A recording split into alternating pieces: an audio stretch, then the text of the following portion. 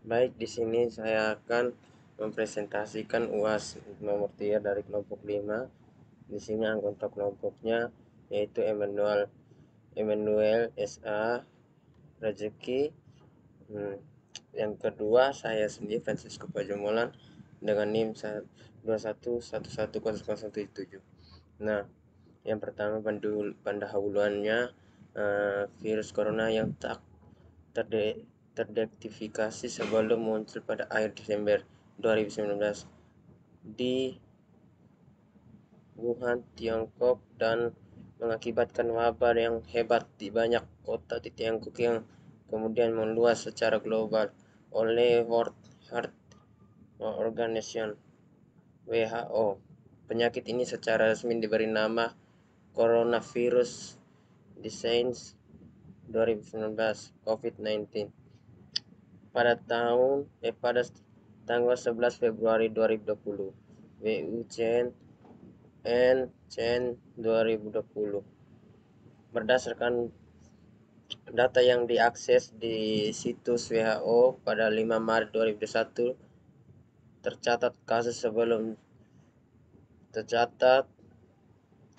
kasus di seluruh dunia sebanyak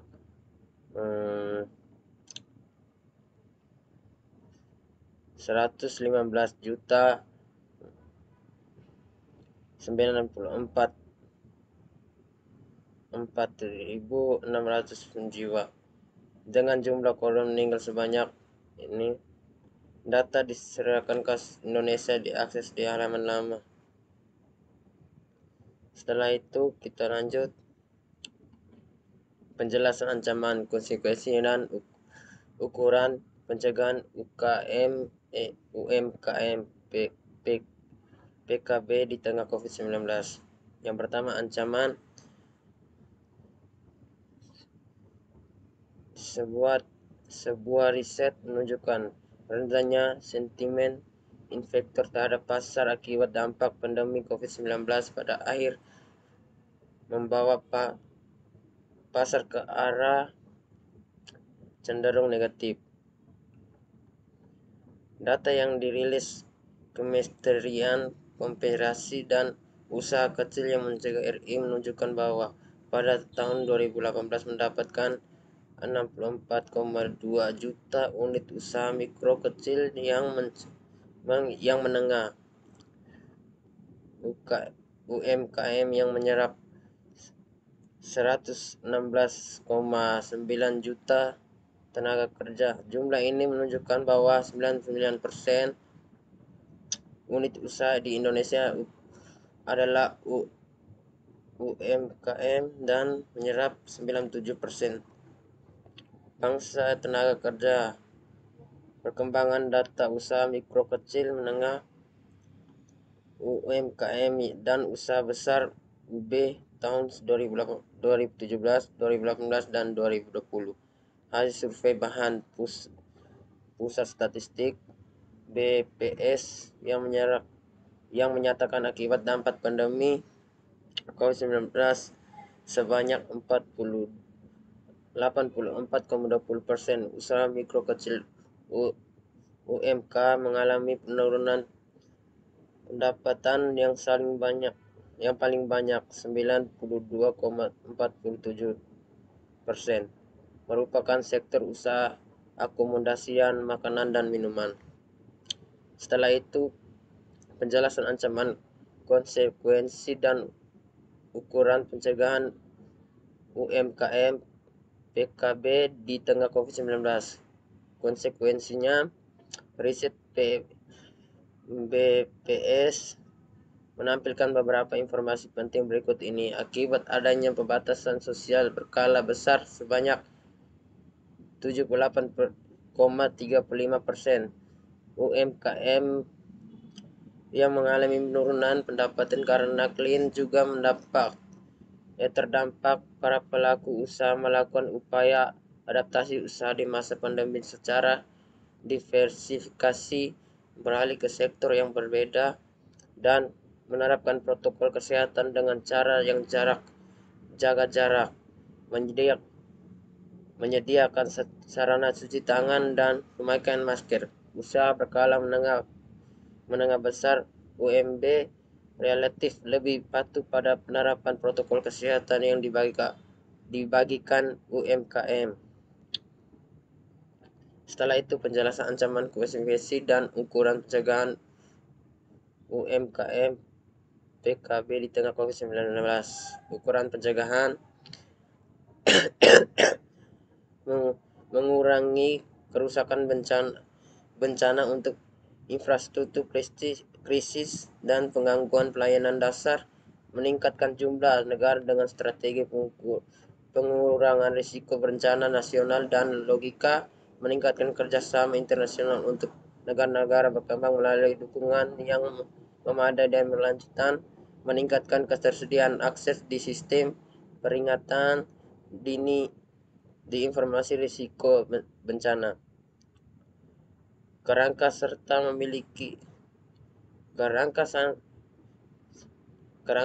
memiliki 4 prioritas aksi, yaitu memahami risiko bencana, memperkuat pemerintahan dalam melakukan manajemen bencana, investasi dalam pengurangan risiko bencana dengan memperkuatkan resiliensi, ketahanan, dan penguatan kesiapan terhadap bencana untuk respon efisien, membangun kembali lebih baik dalam proses pemulihan, rehabilitasi, dan rekonstruksi. Setelah itu, tahapan BCP, tahapan mitigasi. Perangkat perencanaan berlangsungan dan pemulihan usaha kecil akibat pandemi COVID-19. 10 tips yang menjadikan usaha tangguh terhadap COVID-19. Dalam 5 tips, tahapan untuk membantu jika bisnis sudah terdampak. 10 tips terbesar adalah tahap dari informasi. Yang kedua, identifikasi apa saja yang produk dan layanan inti. Setelah itu, berkomunikasi dengan karyawan dan pelanggan. Keempat, menetapkan kebijakan menjaga jarak fisik dan membersihkan tempat kerja. 5. Melindungi kesehatan karyawan. 6. Rencanakan bagaimana usaha Anda akan berjalan tanpa kehadiran karyawan. 7. Persiapan rantai pasokan. 8. Rencanakan untuk mengubah perampilan layanan Anda ke pelanggan. 10. Melatih rencana COVID-19 untuk usaha. Setelah itu, video lanjutan dari saya hanya itu saja. Nanti dilanjutkan oleh teman saya. Baik, terima kasih. Mintalah kreditor, pemasok, dan pihak lain untuk menunda pembayaran sewa atau membayar dengan mencicil. Yang kedua, bangun atau modifikasi situs web atau situs media sosial yang ada untuk mengalihkan fokus ke penjualan daring atau layanan jarak jauh. Yang ketiga, hubungi asosiasi usaha lokal termasuk kamar dagang untuk menggerakkan masyarakat setempat untuk mendukung usaha kecil di wilayah Anda. Yang keempat, paket dukungan bencana dan bantuan pemerintah sampai hubungi lembaga pemerintah untuk mencari tahu tentang dukungan pendapatan dan pinjaman bagi karyawan untuk mempertahankan pendapatan mereka. Yang terakhir yaitu jelajahi kekuatan gabungan dengan usaha kecil lainnya di wilayah Anda untuk berbagi informasi dan menawarkan dukungan timbal balik. Yang kedua yaitu tahapan persiapan atau preparedness. Di sini untuk dapat menata kondisi internal unit usaha dengan lebih baik dan siap menghadapi persaingan usaha yang semakin kompetitif, maka sebuah unit usaha perlu menerapkan tata kelola yang baik, termasuk mengedepankan etika bersaing. Dimensi teknologi pendukung pola hidup bersih sehat dapat memberikan dampak positif bagi perubahan perilaku masyarakat secara berkesinambungan dan berkontribusi bagi kesehatan masyarakat khususnya menghadapi pandemi COVID-19. Tingkat kebutuhan dan pengenalan dan pemanfaatan teknologi baru pelaku UMKM sangat tinggi, khususnya ketika harus mengikuti perkembangan teknologi global yang cepat. Pengelolaan keuangan menjadi salah satu masalah yang dihadapi oleh UMKM, namun seringkali diabaikan. Padahal pengelolaan keuangan ini penting agar UMKM menjadi lebih efektif dan menghindari dari kebangkrutan. Dalam pembahasan kerangka berpikir tentang topik-topik bahas untuk menjawab kebutuhan dunia saat ini, yaitu perlunya yang pertama penyampaian informasi tentang pandemi dan dampaknya, yang kedua etika bisnis dan protokol kesehatan, yang ketiga adaptasi proses bisnis atau membangun bisnis baru, yang keempat mengelola rantai pasokan dan pengembangan jejaring, yang kelima pemanfaatan teknologi dan internet, dan yang terakhir pengurangan keuangan akses pada fasilitas dan atau bantuan keuangan. Yang terakhir yang ketiga yaitu tahap responden. Melakukan kajian berdasarkan materi dari kantor PBB untuk pengurangan risiko bencana atau Unit Nation Officer for Disaster Risk Reduction atau UNDRR.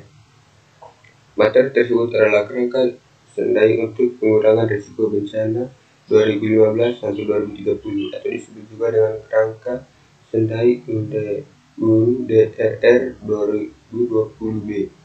Kerangka sendai memiliki tujuan untuk menghasilkan pengurangan risiko dan kerugian dari bencana dalam kehidupan, mata pencarian, kesehatan, aset, ekonomi, fisik, sosial, budaya, dan lingkungan, bisnis, masyarakat, dan negara.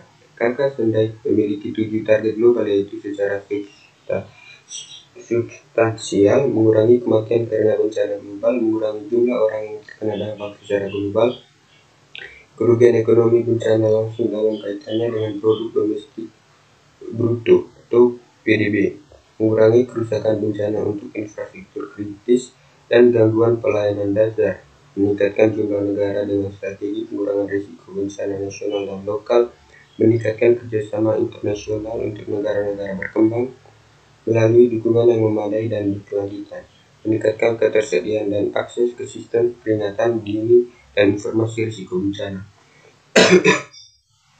Kerangka sendai memiliki 4 prioritas aksi, yaitu memahami risiko bencana, memperkuat pemerintahan dalam melakukan manajemen bencana, investasi dalam pengurangan risiko bencana dengan memperkuat resiliensi atau ketahanan, dan menguatkan kesiapan terhadap bencana untuk respon yang efektif dan membangun kembali lebih baik dalam proses pemulihan, rehabilitasi, dan rekonstruksi. Yang terakhir yaitu tahap recovery.